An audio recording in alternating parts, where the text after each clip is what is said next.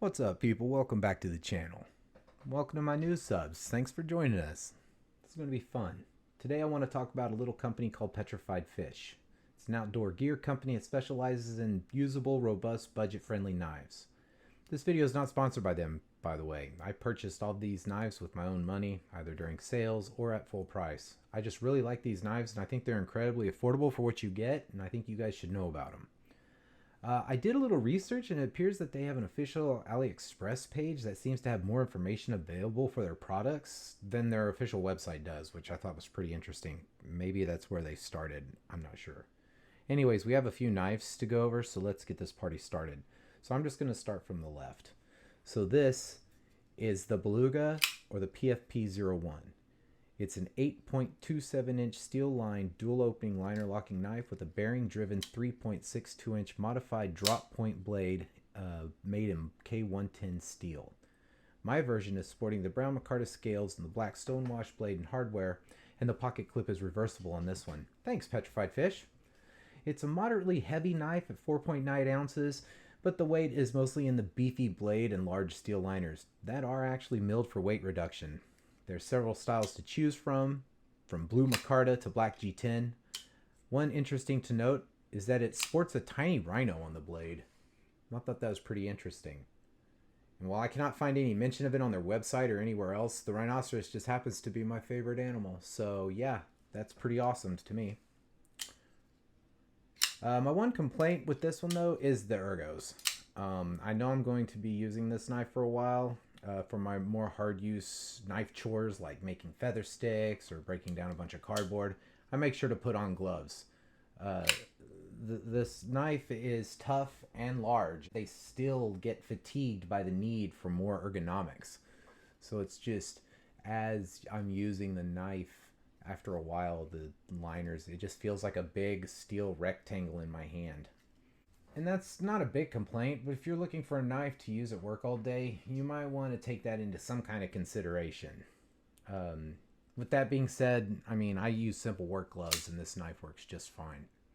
I use this knife from everything from camping to hunting, fishing, anything related to outdoors, gardening that I do at my house. I've done with this knife and it's worked absolutely great. That's the blade after a year's worth of use. The only thing I've ever had to do is sharpen it. And the next one is going to be the Beluga Mini. So the Beluga Mini is about 70% the size of the Beluga. It has a total length of 6.8 inches, including the 2.99 inch blade of the same style as the Beluga, but this one is in 14C28N steel, which is one of my favorites. I got mine that's hosted in the red G10 Damascus scales. I just love the way that this looks. Personally, I'd be a really happy boy if they decided to make a full-size version exactly like this with the same steel, with the same scales in a Tonto blade. I'm just saying, that would be great.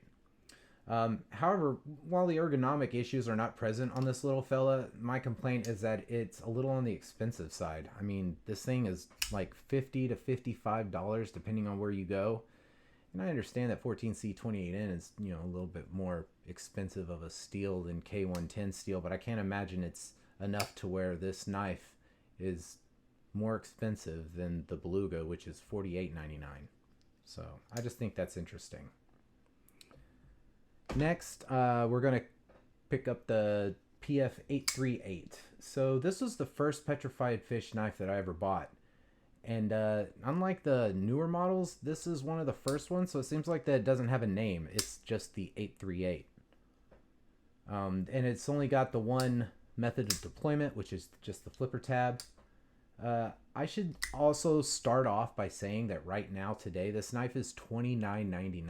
Like, that's insane. So for that price, you get an 8.66-inch steel-lined liner-locking knife with a beefy 3.7-inch drop point flat ground blade made of a nicely done belt finish D2 steel. I love this small swedge on the back of the blade that just gives it a touch more character.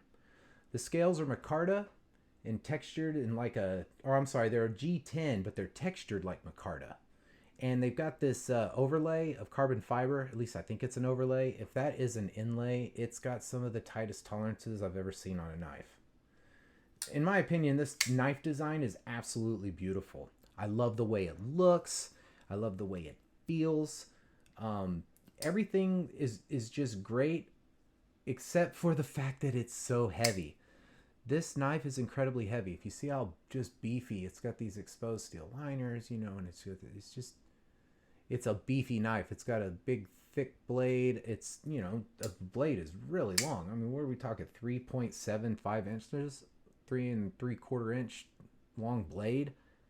And, you know, it's a 6-ounce knife. So after, you know, an hour of using this knife, you'll notice it. And the reason I know that is because I thought this knife was so beautiful that I went and picked up this one, and I could just to use it. So this is the all black version of the same knife, and yeah, I mean it's a great knife, but yeah, after a while this thing is heavy. But if you need a good robust $30 truck knife that looks great, why not? This one will do you work. This is the PF949 Warrior. I bought this one off of Blue Creek Knives a while back. And it came with this sweet little dog tag and a little lanyard bead. The knife itself is an 8.16 inch flipper with a 3.5 inch modified drop point hollow ground two-tone K110 steel blade. I think the knife blade looks really cool. The scales are comprised of the same micro milled Damascus pattern G10 as the Beluga Mini, only of course this one's in green. And differently, the steel liners are hidden on this one, completely hidden. Though it does use the same liner locking design, which is nice. I mean, these knives lock up perfect. This one also sports a blue anodized titanium pocket clip with a swordfish on it, which I thought was pretty cool. The ergonomics on this knife are absolutely amazing. This one is by far the most comfortable knife of the bunch. It's got the small finger choil up front, which is a little small.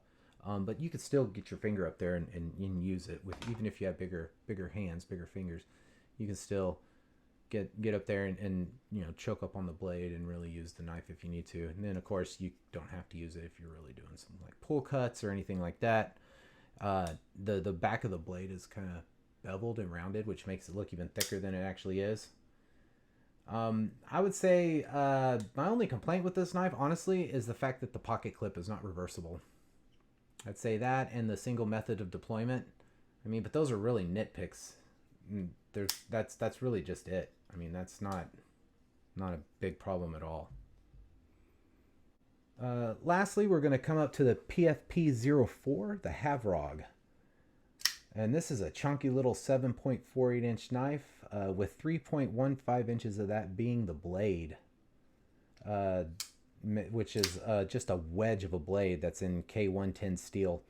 If you do the math, then you'd know that it only leaves 4.33 inches for the handle. So it's not very long for where it wants you to put your fingers. The knife weighs 4.5 ounces, and the blade is 150 thousandths at the thickest point. The scales are a thick steel lined with massive backspacer. Look at this thing.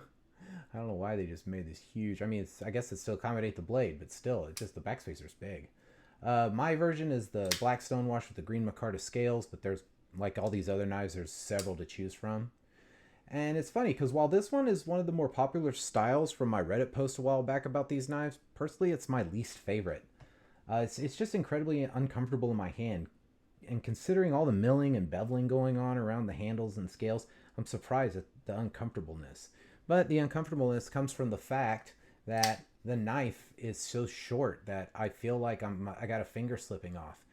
If they would have added a finger choil up front like they did on the Warrior, then, you know, that'd be great, because then I could choke up, you know, and have, but I mean, there's no finger choil. I mean, there's nothing there. I could choke up if I wanted to manually, but where they want me to put my thumb, I mean, it's pushing my hand back to be down here. And if that's the case, then my pinky just feels like it's slipping off. It doesn't feel as secure as I was hoping it'd be. It needs to be about an inch longer to feel, you know, perfect in the hand, I guess. But I mean, again, that's a nitpick, and I've got some, you know, larger hands. So if you have more normal size hands, then this knife might be perfect for you.